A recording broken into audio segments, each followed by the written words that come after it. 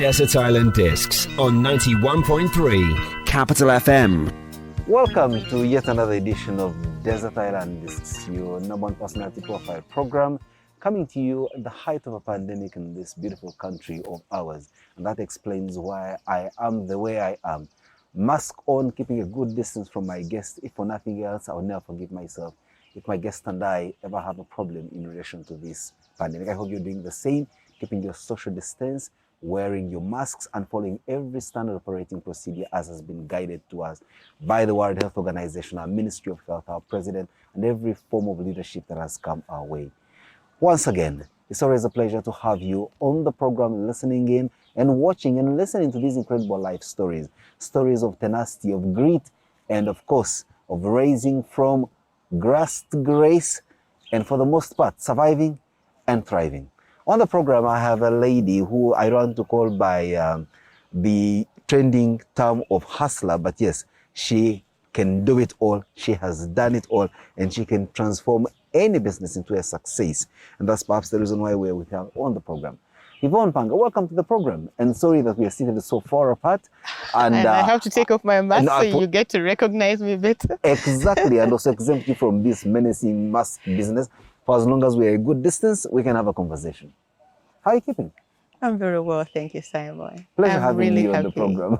I'm happy to be here because I've been following this program for more than 2 decades. My so, goodness. yeah.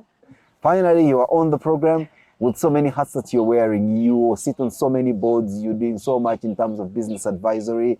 You are all over the place creating success stories for business persons and in individuals and companies. Once again, tell us something just about the day in your life. What exactly are you doing, especially so in these very difficult times? Thank you, Simon. First of all, I'll tell you that I'm Yvonne Mpanga Simogere. I'm married with 4 children that you may not know. You don't look a day older than the spinster. I have been working for more than 2 decades. And most of my life, like you clearly said, I've been doing marketing, public relations, and business development. Lately, I'm more into business consultancy. I was born in Zambia Hospital. Oh, right here in the city. Yes, City girl. and I went to Bulova Primary School, which is just 2 kilometers from here. Wow. In a boarding school, and my grandparents are not very far from here. But I... Just right there.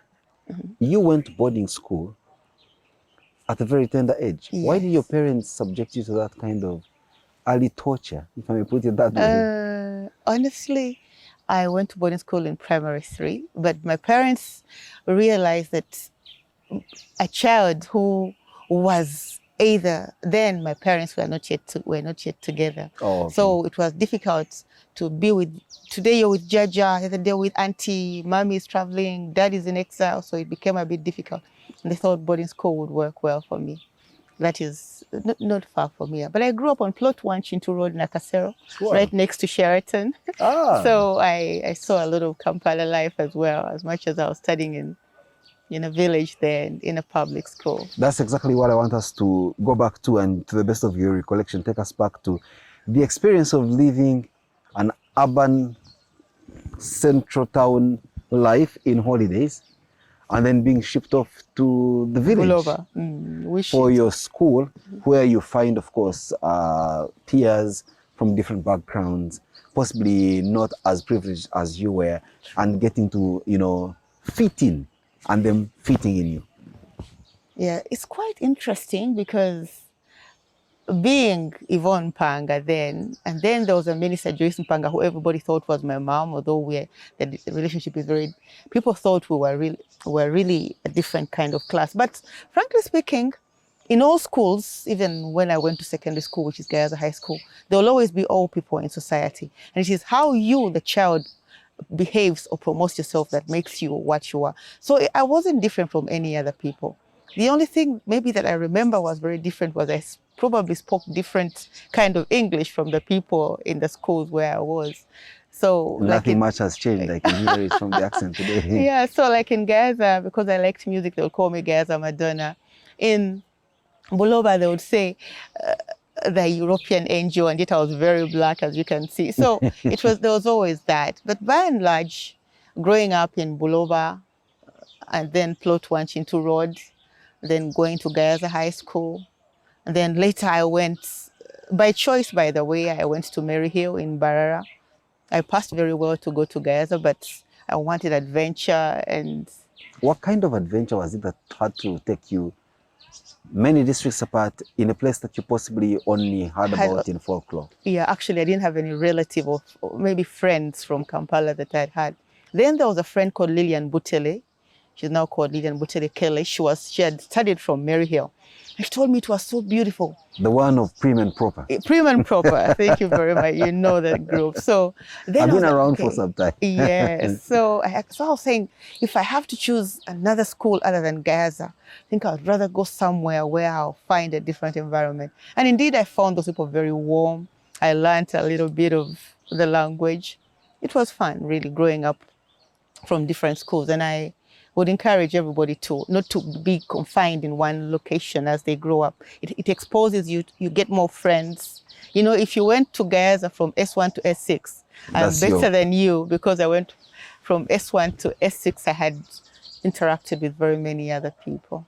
Are you subjecting the same to your own children? Being a mother of four, are you awake to the idea that your children must be exposed to different cultures, different people, and study in different geographical locations? Yes, but of course, at the end of the day, these days it's a bit different because socializing is not only physical like before. So I encourage them to network.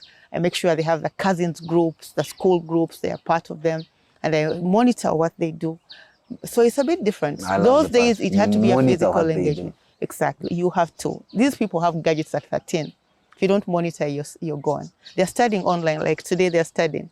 So if you give them data, they are watching a movie, they are new. You have to keep tracking what they do to social as they socialize. I can see you wearing so many hats, including motherhood, which is increasingly getting more and more difficult as the world advances. On the program, Yvonne, we play our music. So it's now my pleasure to invite you to play your first song. Wow. My first song is going to be by Afrigo. And do I even know the name? But I've liked it for so long. It's called Oli Mwagalwa Wange Gwe Muganzi Wange. That is by Afrigo. Exactly. And right now, buli omu yeetaaga munne mu bujjuvu because people are hurting out there. You won't believe it. People are losing loved ones. So buli omu yali yeetaaga munne, and we should try to keep it that way. Wow, that is my first song by Afrigo. That's a lovely ballad from Afrigo Band. It's lovely, the serenades, and what a beautiful way to start a Sunday program with such a beautiful song. So let's be back with Yvonne Mpanga's story, continuing here on Desert Island Discs. Desert Island Discs on 91.3 Capital FM.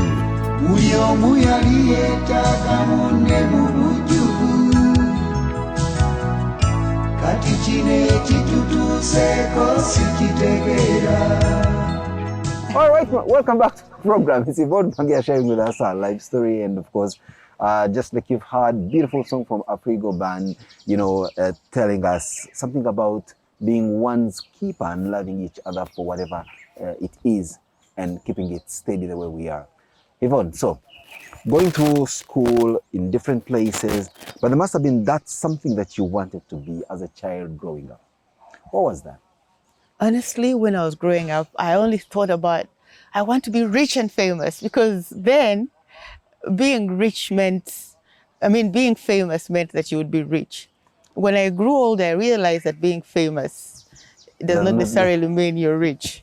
And then I realized also that being famous also should not just should be for the positive things, because then we'd have very many people famous for the wrong things. Yeah. That's when I realized that people had set trends, and I had to start picking out different people who had set different trends in my lifetime, including myself. Like I said, when you reminded me of Prim and Proper, then I remembered our first song, True Love Waits. Oh, yes. I was lucky to be the president then, that was the title, for Youth Alive Anti-AIDS program. And that was a time when HIV/AIDS was at its peak. So we were campaigning, advising people to slow down in relationships. And we sang a song, True Love Waits, True Love Waits. Hope Mokasa produced it. Honestly, So when you say we, you and who? You had a choir? a friend of mine called Flora, and the song got power play on Sanyu Radio. I think Capital didn't give it much power play then, but then Radio Sanyu would play it, and we were just encouraging people to. And this is way into your teenage years, and yes, I can imagine we were 18 then, 17, at 18, 18. with the song playing on FM, that must have brought a lot of fame to you, and partly living your dream of being rich and famous. Yes, you were famous, not yet rich, but how did you handle that? Because it then drew attention to you. It drew the kind of a little more attention than your ordinary girl next door would receive. How were you handling That is true. Then there was New Vision had Straight Talk, so would appear on Straight Talk. We went on TV. There was RFI, a French radio, where we still appeared. It was quite fun. It was quite interesting. But because my family and I were not really like, my mother worked for the public, for UDC. She was more of a public servant. So it was not very unusual to be on TV for. And then my father who raised me, also worked for UTV then, and he would be behind the technical life. So it wasn't so new, but it was fun because people would say, Yvonne, we saw you on TV. If it was today, then you'd get all these WhatsApps telling you, we saw you. But then people would just go back to school and say, oh, we saw you on TV. Oh, we saw you in the New Vision Straight Talk. Oh, we saw you in this. There was much that there was. But by and large, it was fun knowing that we played a part in campaigning to ensure that the youth then waited before they engaged in extramarital or in extra affairs, as we call them. But then, sadly, even if I was very vocal about that, I lost my father, Mr. Mpanga, to HIV. First, it was my brother, then my father. And then I had traveled, I was studying in India. So I was like, how could it be that even when I was at the front line of this fight, then I could lose my own? So it became a bit... It could have been worse, maybe, Yvonne. You could have lost you. We could have lost me. That's a good way to look at it. Thank you, Simon. At least one life was saved, and I'm still very negative. Anyway. Considering what's ravaging this world, some, if they be given a choice, perhaps they could choose HIV from corona. But again, none of them is a desirable state of affairs. None of them is desirable, especially. And that's why it's always important, every opportunity, to remind ourselves of this existential threat, that the viruses are all over us, and we have to be very cautious.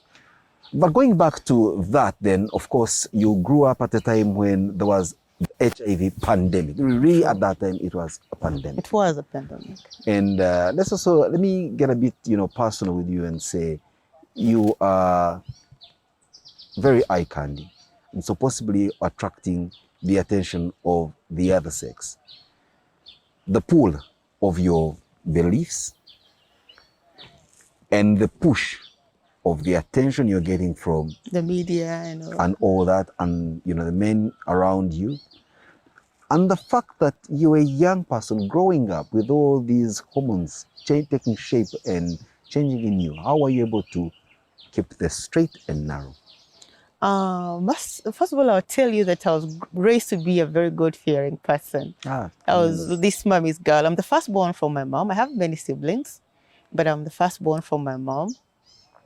And because I was raised to be very God-fearing, all my mom had to say was that if you do this, it will impact greatly on your life. And you have a choice to either be my friend and do what I expect of you. And just the tone of my mom's voice kept me very holy up to, I think, 19, actually. After I left, when I was already at university, I tried so much to be a God-fearing person. But indeed, it's very... I'll also say, perhaps, and that's what I see in my daughter. I have a 17-year-old daughter. I was protected by boys themselves. I had girlfriends, but most of the people around me were boys. And because there were like 5 guys who were more or less after me, they were also protecting me. So I ended up being protected by boys around me. And then I ended up being a very good girl up to a very late age because I was somehow protected. So I didn't have a single person saying, this is my boyfriend. I like your strategy. Yeah. 5 guys chasing after you, and somehow they got to realize that the best they can do is protect you me. So everyone was against the protecting me 6, from 7 the other. more. Exactly. And it worked for me, really. I'm not saying it's the best strategy, but it worked for me because I never engaged with them in any way intimate, but yet I had friends who were boys, or even some people were a little older than me. But it kept me on my toes because I was like, now I have to be a good girl. Now I have to be a good girl. So and so thinks I'm close to them, and so and so. And then I thought I should actually get married early. Then I realized when I went to university that I had to finish school first, get a job, then get married. So. What gave you the thinking that you should get married early? Had you met someone earlier that you thought, this is it? If I don't get married, this guy, you possibly will lose him. Like I told you, my mom had this thing of, we had the True Love Voice campaign. Mm-hmm. So if I had to even have my first sexual intercourse, I had to get married. That was the thing. And so I thought that if I have to engage, maybe I should be married first. Mm-hmm. But of course, maybe God had different plans. It didn't work that way. Why are you blaming it on someone else? It's not God, it's your plans. Yes. Okay, but well, we grew up, like I said, we sang, we studied, we kept holy, we kept a distance from men. Those of us were you and well your raised. mom, were you very good friends? We are still very good friends. When I've let happened, her down. I've let her down many times, but we are still very good friends. When that happened, did you say, Mommy, Yeah, she's still a very good friend. Actually, I thank God for her. We all have mothers, but there are mothers who do not necessarily spoil you, but you don't make decisions easily without first saying, Mommy, let's pray about this. She's the kind you tell, I'm going for an interview with Simon. Please make sure that it goes well. And she'll say, okay, let's pray about it too. Nothing is too simple with her. Everything that's about you is serious. It's serious business with her. And that's, I think, what makes moms very special, I guess. Before we play our next song, let's go back to an earlier question I'd put to you of, what you went through school, dreaming like any other young person that you wanted to end up being. Mm. You never became the musician that you possibly set out to be famous and rich. Well, I'm sure you have the fame and the money, but I'm not so sure the parameters of richness are where you actually want to be. You possibly aspiring for higher. So what exactly did you study and put your attention to be what you wanted to be? That's a good question. Maybe when you talk of what did I study, I'll tell you that I went to Makerere University for 1 year and I studied social sciences. Along the way, I realized that was not where I wanted to be because by that time I was a musician in quotes, and then I also was doing some marketing for Kasyate. Mm-hmm. Kasyate was my uncle's still budding business. Then I decided to go to India to study commerce. When I decided to study commerce, I also learned that we were all then believing that Indians are the best business people. Probably they are. So we wanted to learn what is it that they're doing. And after studying commerce, I came back here and I can't complain. You've taken me through quickly, but suddenly after playing the next song, we'll have to go into your Indian story. Okay. And all the picadillos that Ugandan students were up to when they went to India. Gladly you returned with a degree, many returned with so much. Others possibly have found their way back. They are still in Goa having a good time. But we can see that you really were shaping your career into something. So let's play the next song. My next song is Ninze by Ntate. Ninze. Yeah, it sort of talks to me. It reminds me every day that you have these things, but you have to wait. There are people who are probably worse off than you. Called Ninze, Ninze. Oh, you still got it, man. You can still sing. I can still sing, for Why sure. don't you maybe think of a career in that direction? And a career, not, but as a hobby, yes. We'll be right back with Yvonne sharing her life story, Ninze by Ntate, chosen by her. Let's enjoy it for our listening pleasure and let's speak the message therein. Desert Island Discs on 91.3 Capital FM. Kaninde ababona mune yobe banji okunsinga nsonyi wa mukama okwemulugunya nnyo bwentyo. Welcome back. It's Yvonne Mpanga sharing with us her life story. Yvonne, as you realize from our conversation, is a hustler for excellence. She makes sure she gets things done and done in the right way, especially if you are into business development. This is the person to talk to. Yvonne, You say you decided after 1 year at Makerere University that you needed to go to India. Those are not very easy decisions for a young person growing up, especially if they don't have money paying for themselves. And going to India meant fees, upkeep, and everything in between. That decision, how was it conceived, and how did you market and sell it to your benefactors to actually buy it and send you off to India? I was fortunate that I had a mother who was very understanding. She believed that before anything else, I should do that which my heart is for, which is why she encouraged me to sing. Even today, she encouraged my brothers to play guitar. One of my little brothers was in Milege the band. Okay. So she encourages you to do that which you feel works for you. So when I told her that, Mommy, I'm not going to be a social scientist. I can do research, but I would rather be maybe somebody who does marketing. And so she said, BCom is good for business. And then my father then was still alive, and my father who raised me also was around. So it was easy for me to convince them. Of course, Indian life is different. You're there, you're this 20-year-old girl, your parents are not there, you're used to being pampered. And I was really pampered. Forget about being pampered, you also are protected heavily. Yes, so now when I you're had thrown protection, into yes. India, there was no protection. You're free bad. And that explains why a different route was taken, I guess. But God is faithful, because I had my challenges in India. I got depressed. My mom would call me every week. And while we thought it was best for me, I realized today that sometimes just let the child be. If you follow her too much, then you spoil her, especially when she's far away. So she would call me every week, and then the mobile phones were very rare. So I would wait at the landlord's phone just to hear from my mom every Monday evening. And then whatever. And then it turns out that I became too attached. I never really stopped being home, even if I was not home. And then I got a bit depressed. And of course, with the pressures of so-and-so falling in the arms of so-and-so, it became a bit difficult. But I overcame it, fortunately. So I understood that for you to protect yourself from, if you don't have the protection of others, then you have to learn to protect your own emotions to survive through life. So India, like you said, many people study and don't make it, but we also had very supportive embassy then. I remember I had a lot of support from the embassy, and that helped me whenever I needed friends. There were many Ugandans, many West Africans, Kenyans. Many of them were not even very hardworking, but I realized that if I had to study, then I needed friends who were actually trying to make it. And I made it with my degree in BCom. Wow. Came back here, got a good job, which is what everyone expects. Got married, got children, then did my master's. My master's was done at IU. Nice. And I was the best, by the way. So I went back to start lecturing. That's how I get into the lecturing life.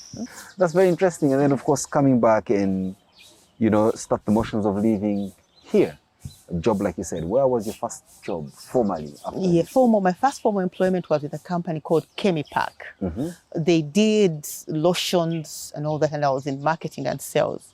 Boy, I made money because I was a marketer that was supposed to sell wholesale, but because of my language and network, I preferred to sell retail. So I would make the retail sales and still sell everything, and then go back with more than my salary in 1 month. What? That was Chemipack. But then along the way, I still wanted to go back to Europe at that time, and so I traveled a bit. And when I came back, I worked with Vantage Communications. No, first Dehezi International was a computer company. Yes, computer. Then I worked with Vantage Communications, and that's where I was head-picked to work for an oil. And then it was the PR company for Caltex, Chevron Texaco. And that's when I went into the PR world, and then went to Kobil and worked there for 10 years as a public relations person and non-fuel business person. That's basically the work. And after Kobil, I actually straight away went into consultancy. So for the last 10 years, I've been working with micro enterprises majorly, but also some big ones, doing consultancy, helping in setup, helping in brand building, helping in human resource training and development in the area of interpersonal relations, in the area of sales etiquette, so that people can be able to go out and deliver on their dreams for their companies. That's quite some engaging work. That here. actually leads me to something that I knew I had to tell you today. When I started consultancy, I identified different CEOs, business leaders, and entrepreneurs that had done something unique in their areas.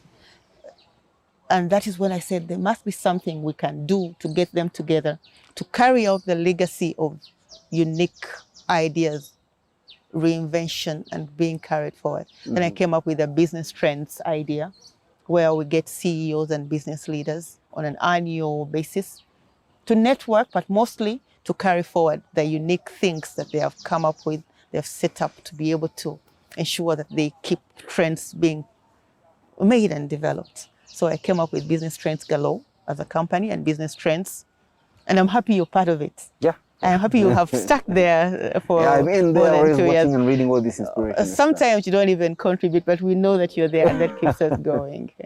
Well, I know there are bigger sharks in the sea, so I don't really want to come up with my little No, but that is what is conversation. interesting. What's interesting, Simon, is that many Ugandans are have opinions. Very few of them are comfortable sharing their opinions. And it worries me that, is it because we don't have confidence in our opinions, or we are so afraid of being judged? That's a beautiful question. I honestly wouldn't have an answer to that. But I think there's quite a lot of judgment that goes out there. Especially if you're a CEO and a business leader. Exactly. How can he even think like this? How can he even get this wrong? How can he not even think this way? How did he even get there? And some people don't really want to be put under that kind of spotlight. You'd rather do and get your actions speak, as opposed to speak before you even make any actions louder. My concern is that many people lock up their ideas and fail to even get them to actualize because they don't share them. Many times when I lost a friend this week, a very good friend, but one of the things we were discussing was, listen, from business trends, we can actually get everybody enjoying a certain benefits in this and this way. But because we were thinking it out loud, but when you put it on the group, everybody's like, has not seen it. Because people don't want to give their opinion about anything, especially if it has to do with, let's pull each other's hands. But when it is something Yvonne caught in this kind of, then everybody is quick to contribute. I think that is how human nature is. By and large, I thank God for life. I thank God for friends. I thank God for people like you who have stood by business trends. But most importantly, I hope we can open up and reinvent and strategize in ways that can help us come up with new ideas. And those can only come out if we voice them out. Because an idea in your mind is dead. But it's an idea that you are able to put out, you're able to act on. You actually end up finding somebody. That's when you create relationships and build partners. My next song? No, but from the way you narrate through what you do in consultancy and the work that you have done, you come off, I'm sorry if I'm being judgmental, as someone that's so meticulous that you choose your path almost deliberately. True. And that's why I now bring in my naughty question of how then it must have been quite a bit of, a production to pick the man that eventually became your husband. That's a very interesting question. Like I said, I do make my choices very consciously. That is true. And believe you me, for me to end up with the husband I have, it was a very deliberate choice because it was against my mom's choice. I remember my mom is a very close friend of mine. And I had suitors that then, in terms of rating, were really not anywhere in terms of financial muscle, like my husband. But you see, I look beyond. I'm never driven by money. I would be very rich, I guess. That's why I realized later in life that fame needs not be attached to wealth. But the most important fame is that which adds value to one person out there, which is why every week I sit on my computer and come up with something to inspire just one CEO. Usually I get more than 10, but if I get one CEO who is inspired by my message about shame, my message about, the recent one was about influence, my message about leadership qualities, I'm happy. I feel like I've done it then. Because if I'm going to get money out of it, I may never really get it the same way. But if I'm just able to touch one soul, it works for me. So similarly, choosing a husband was much the same choice. I don't want to mention names, but then there were 3 people who my mom preferred I should get married to. The 3 of them? Or, yes, 3 of them. Or one of the 3? Okay, she preferred that I would choose from those the 3. people. And she knew them because I was a big girl. I was working. But there's this journalist who, after every event, he's there with me. This journalist who gives me the best stories. Then I think it was Media Plus and Dembe FM, and he was a parliamentary reporter at the same time. There was this journalist who, when I had a golf sponsorship, he was the first to arrive and the story was rich. So I picked interest in this journalist. And I don't know if he picked as much interest in me, but I did pick interest in him. So whenever I had my media lists, I would make sure, Media Plus, can you please give me Farouk Fahad? Simogere, who is now my husband. And he was always happy to come. So one time we go for a Caltex event at Gulu. Then the late Toya Kilama, I remember, was there from UBC. And we have to dance dingy dingy as we launch a Caltex station. And my husband now, but then just a journalist, takes this video of me dancing and airs it on TV. And everybody was like, the attention he put on you was unusual. The news, it was a different message, but the news was mainly about this person. We made jokes about it. And for almost 2 years, we remained just good friends. We would go out, he would come for my events. And then along the way, we became really close. But he was Muslim, and I was a strong Christian. And my mom, being a pastor's wife and a very good-fearing person, was like, Yvonne, he's a good guy, but if only he was Isaac, but Fahad. So we disagreed a little bit, but our friendship with Fahad became stronger. And when I tried to look at his family background, I thought it was good. He was educated, he had a degree in mass comm, and I was like, what am I looking for? Am I looking for somebody to love me or somebody to support me financially? I was looking for love, and I still do today. So we became closer. We introduced against my mom's will. To your mother who was against No, not to my mother, to my family. You see, Luganda culture is very funny. Yes. Your mother's side is not really your mother's side. They look more at your father's paternal side. Yeah, it's always patriarchal. That's how which is very unfair, because your mother raises you, she's your best friend, but your family is the Mpanga family and not necessarily your mother's family. We came around, we got married in 2004, had our first child, and here we are. We're still going strong 17 years together. down the road. 17 years down the road. It hasn't been all rosy, but we've made it, we thank God. Even roses have a bit of thorns in them. You just concentrate on the title. Let's play our next song. At least now we know the story of Simoge. Yes, that is. Met in Gulu, by the way, Kakanyero in Gulu. I'm Uganda, but met in Gulu, that is true. My next song is actually a song that somebody might not really understand why I like it very much, but I still do.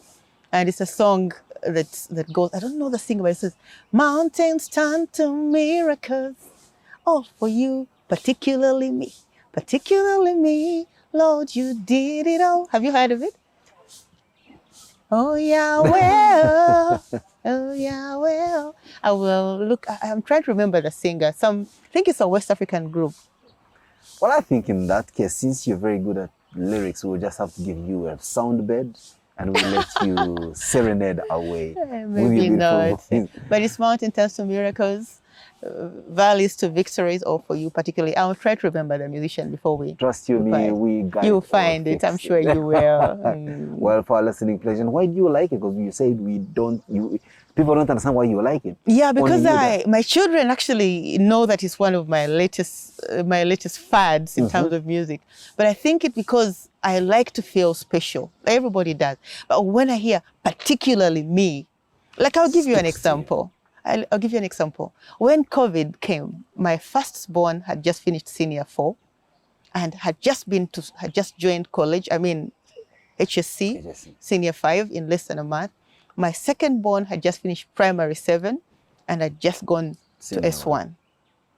But when I looked at the dynamics around studying, then I said, particularly me, God made sure that at least my children have one certificate each to count. Because many people were like, now these candidates, how are we going to handle them? I was like, what? At least I'm lucky. I have a senior 4 leaver and a P7 leaver. So I always feel like even if other people are blessed by some things, but particularly me, God has been very faithful. I think that's why I love the song. Beautiful song with a beautiful message. Let's get down to it. And when we return, it's more about Yvonne's story. Desert Island Discs on 91.3 Capital FM. Mountains turn to miracles, valleys turn to victories just for me. Particularly me, Lord, you did it all. Welcome back. It's Desert Island Discs. Yvonne Mpanga, a marketing consultant and everything in business development, sharing with us her life story. So Yvonne, we've seen you transiting from a student to now a professional working, juggling many jobs, falling in love, getting married. And then, of course, there's you living your life. So after marriage, juggling through work, family life, and then, of course, you had a certain fence to mend with your mother, which you've done so well. But how was the beginning of it? The beginning of, sorry? Mending the fences between you and your mother against her choice. Yeah, having made a choice to get married to somebody that she preferred, I wouldn't get to. You see, as much as my mother raised me to be a very God-fearing person and very independent, she also raised me to be very strong-willed. Actually, for me, it is a weakness.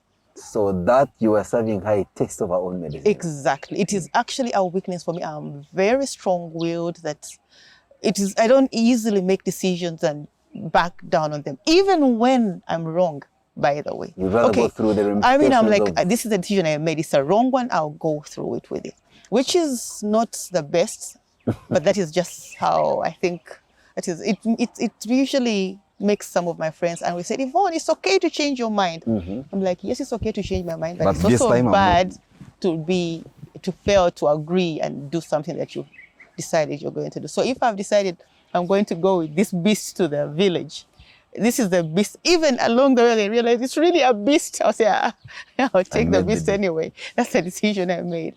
But going back to my mom, every mother is forgiving. I don't know a mother who is not forgiving. We are more forgiving than we can ever imagine. So the only thing I tell my kids I won't forgive them for is if they become thieves, because I really, really hate thieves. But even then, I'm sure if they did, probably I would forgive them. But I keep telling them I'll forgive you for anything else, but I won't forgive you if I come and I'm told you stole someone's thing, because that means you don't know your value and you don't understand what it means to deprive somebody of what is rightfully theirs. But also to work hard to earn it the right way. What is rightfully yours, yeah. So I'm very strict on that. So my mother forgave me, obviously. Less than a month, we were already talking. Wow. And we became, they were her first grandchildren, of course, so she had to love them. And she's the only one who never forgets my birthday or my children's birthdays. Other people forget, even my husband forgets, but my mother never forgets. So we are very good friends, and I thank God for her. In as far as family is concerned, like I said, it's never really rosy, but we thank God. The children are healthy. That's a lot to thank God for. And as far as work is concerned, now that is where the real catch is. Consultancy, especially in Uganda, is not valued. So you could spend a whole year with one really serious consultancy. But like I said, because I don't front money, and I'm on the board, for example, of Uganda Women Entrepreneurs, I am a director in GSM Women Concern for Community Development, where young people come to you and say, Madam, how do I get this done? Madam, I need a job. You're like, but you see, you need a job, but your auntie has a shop. Have you actually thought that you can work with your auntie to help her get this money rather than look for somewhere else to be a shopkeeper? And I have these students, like I told you, I was lecturing at Islamic University and MOOBS, and UMI. So UMI lecturing and IU lecturing, exposed me to so many young students who actually are studying, but they don't even have a clear vision of what they want to do. So I keep telling them, because I'm a marketing lecturer, that listen, you can't teach marketing, you can't learn marketing and want to market somebody else. Start with yourself. And when you start with yourself, you have to think about that which sets you apart from the others. So what is it that about you that you can market about yourself? So I do more of that kind of evangelism, and God sells me through, because I could have, like my last contract now was in March, but somehow I'm surviving, because somehow I believe that when you do good deeds, then money somehow comes to you in ways you don't even expect. But consultancy, like I said, is tricky. I get good deals sometimes, but sometimes they don't come, and you have to keep planning and making sure that you find other ways of surviving, like doing some basic farming, investing in, partnering with a friend. I do a lot of that. When I have a friend who is investing somewhere, I say, maybe we can co-invest. Then you pay me in this period. And that is partly how I survive. I believe in partnerships a lot. Why? We are working in a country where partnerships and trust many times don't augur well in the same mix. Yeah, indeed. Many times if we trust people, we could burn our fingers. But when it's business, you try to make it official. Even when you have a document in place, you'll be duped, believe me. So you just have to make sure you choose the right partners, and that has to do with their reputation they've set along the way. And then invest that which you can afford to lose. That's another rule for me. If I realize you want to start a business, you want to put in 5 million, I'll say, oh, I can't afford to partner to that level, but maybe 2 million will do. So I'm comfortable losing it, but if you end up paying me, I'm happy, because that is what I really intended to do. And that's how I really work with friends. I also believe that we can go for bigger things. Now, Uganda women entrepreneurs have products and services.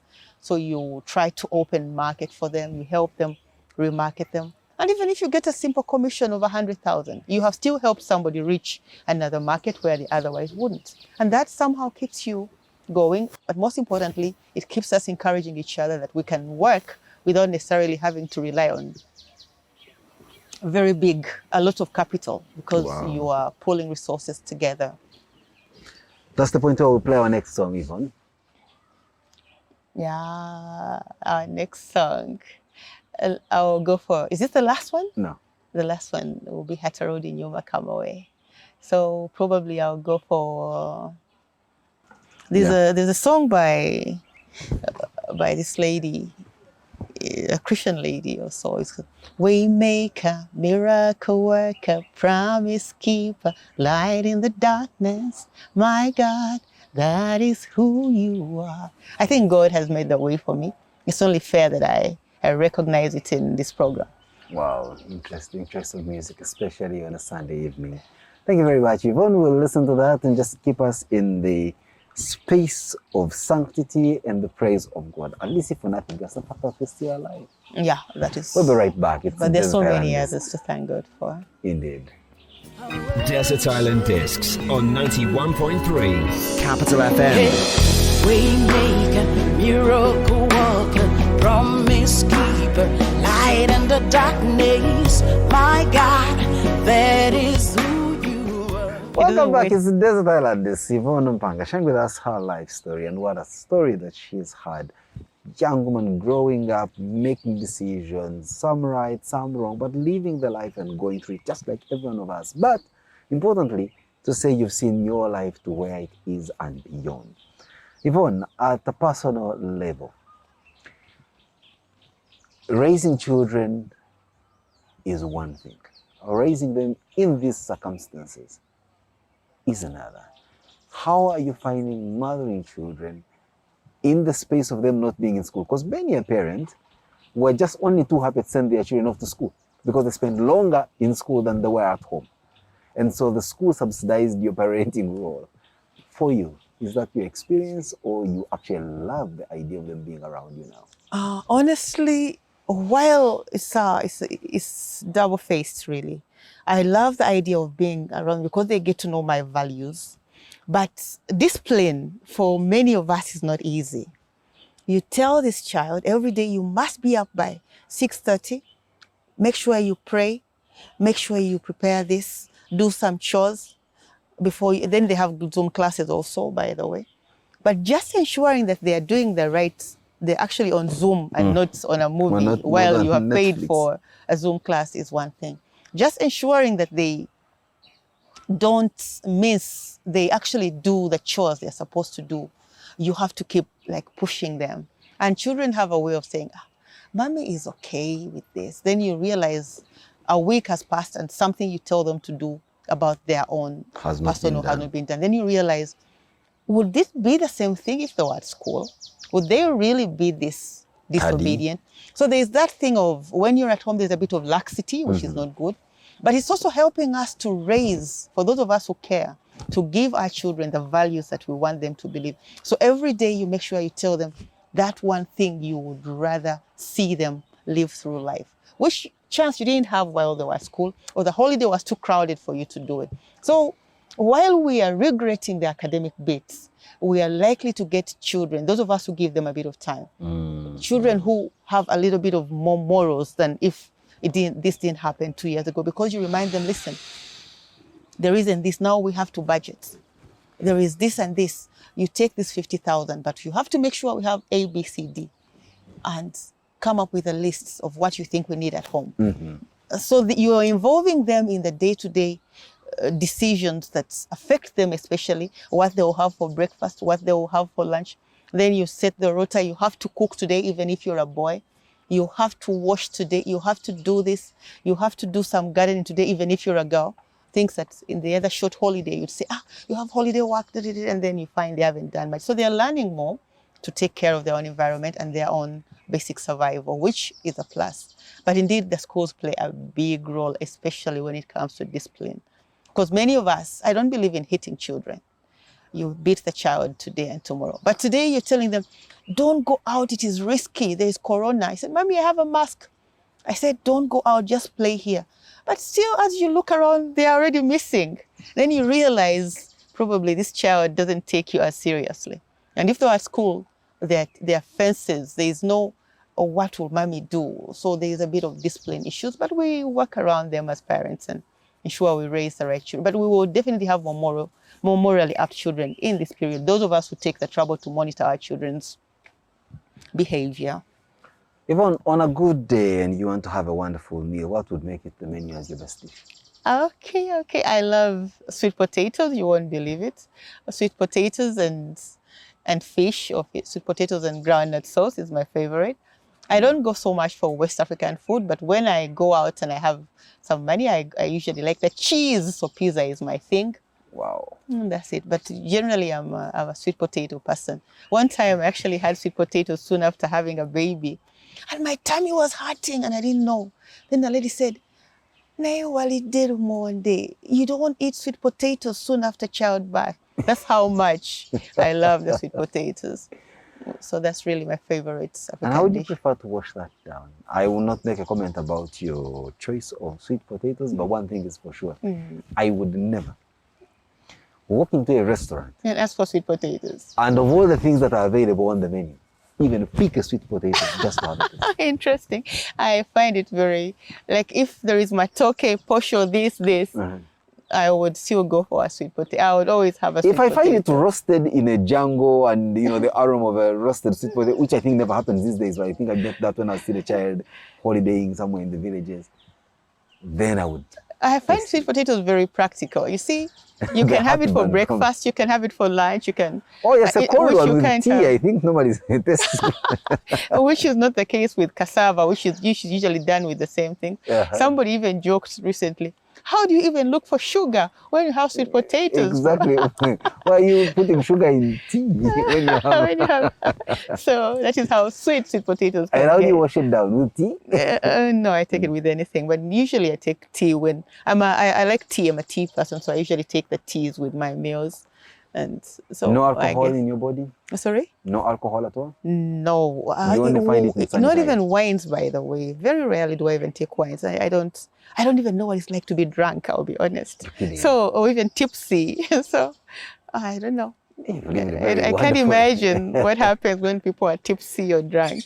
That's the easier part and the better part of it. The worst part is a hangover. You don't want to be there. Oh, really? This is a Thank beautiful God I haven't country, experienced Yvonne, it. and usually I ask my guests if they had an opportunity to be marooned somewhere in this country, where would that be? And why do you choose that particular place? Honestly, I've been to many parts of Uganda, fortunately, but if jangle me up anywhere in the hills of Kabale with a cardigan and I will be okay. It's so beautiful. I love the hilly parts of Chigezi. I love those areas. In Buganda, we have lots of good places, but I don't see myself surviving. But I see myself surviving somewhere in the hills where there are fruits and all that in Chigezi area. I don't know. That's what I comes to my suspect your cash mind. there is for the sweet potatoes. Probably. I didn't even know many of them come from there. Oh, that's the sweet potato. Really? capital So of the that was world. Irish potatoes, not sweet potatoes. It's potato, it's there. Whether Okay. Irish, sweet, or Okay, English. interesting, interesting. Yvonne, what gets you angry? Honestly, I didn't expect this question, but I'll tell you that I get very angry when I see people who are dishonest. I'm generally a very honest person. So anybody who even tries to deceive me, adult, young, business, it gets me angry. I think that's what really gets me angry. I don't like this.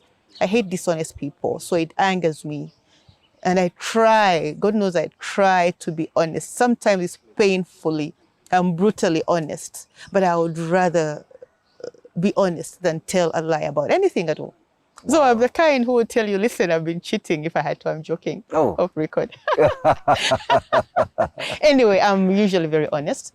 So I hate people who tell lies. That is the only thing that really gets me angry. Other things, I'm like, it will pass. But this deception, people who will tell you lies, somebody who will misrepresent information, lies generally make me really angry. And what gives you a good laugh? What makes you happy? I love humor. By the way, any sort of humor is good for me. Any humor is good for me. But of course, some humor is a bit below the belt. I don't want to see people who ridicule others. That's why I came up with the article of shame. People make a lot of money from things that would otherwise be annoying to the person of, let's say, Simon. Let's say, I'll give you an example. Simon is caught peeing by the street sides because the call of nature. And somebody blows it out of proportion and then propagates it, and it gets more likes than if Simon is having a good interview. That I hate. But humor that is genuine to make people laugh, like people how they ridicule the leaders about statements they've made, as long as they are not abusive, it works for me. That's an interesting way of looking at things. Yes. Being honest and hating deceit clearly is an indication that you possibly are not about to appear on a ballot paper anytime soon. What? Sorry?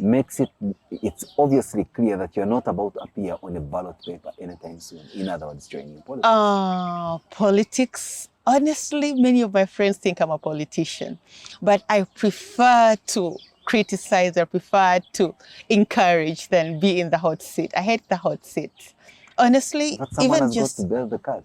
yeah, interestingly, even when I became board member I had to compete with other ladies. When I became a board member for the Uganda Women Entrepreneurs, it was just like friends said, Yvonne, that's where you belong. But I was like, I love to be on the board, but why not the one of discipline, like for PROW? I was like, I would rather be the whip than to be the one sharing the. I'm one person who likes to encourage, who likes to criticize, who likes to be a backstopper more than to be the one to. I would rather be part of the decision than be the decision to make the decision. So I don't see myself going into politics, not anytime soon, but I would encourage. And I'm good at encouraging. Believe you me, I do a lot of back work for many people, but I don't personally want to be into politics. Wow. And that is the major reason. I get too emotional about things. I personalize issues. So having to change sides, like I loved Betty Kamia. I voted for her. She got 8% and I was one of those. So I see her as a traitor, as somebody who believed in her. And when she changes sides, which is normal, I hear in politics, for me it is loyalty. You broke my trust. So I don't see myself in politics. When I see such examples, I'm like, I'm better off staying far away.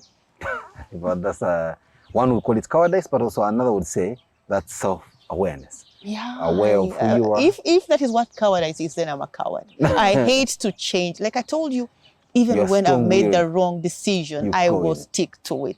And sometimes it's painful to know that it's wrong. Some I'm will like, but argue is that's this what I- it's about, making compromises. Compromise. I hear compromises. I will get there when maybe I will have to compromise. But you see, politics is different.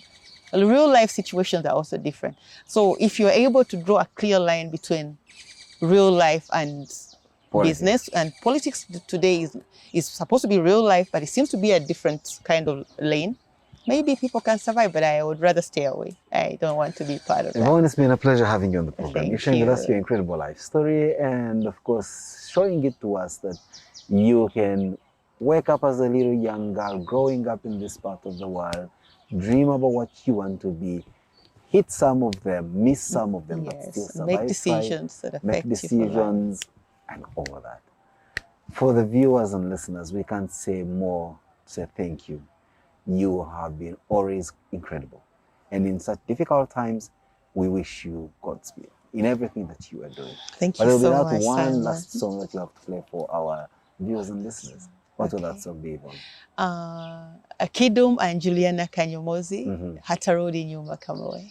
That's a nice groovy one, eh? Yes, I love it. Do you love I to dance? I'm not a dancer, but I do love to dance. And no one has ever accused you of having two left feet. Sorry? No one has accused you of having two left feet. No, nobody has. I Let me dance with see. my kids sometimes, actually.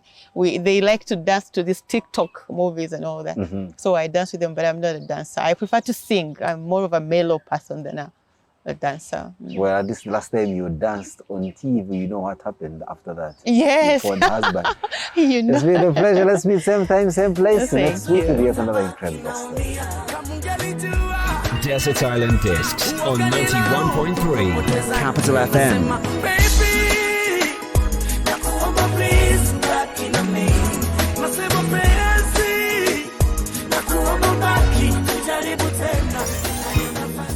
Desert Island Discs on 91.3 Capital FM.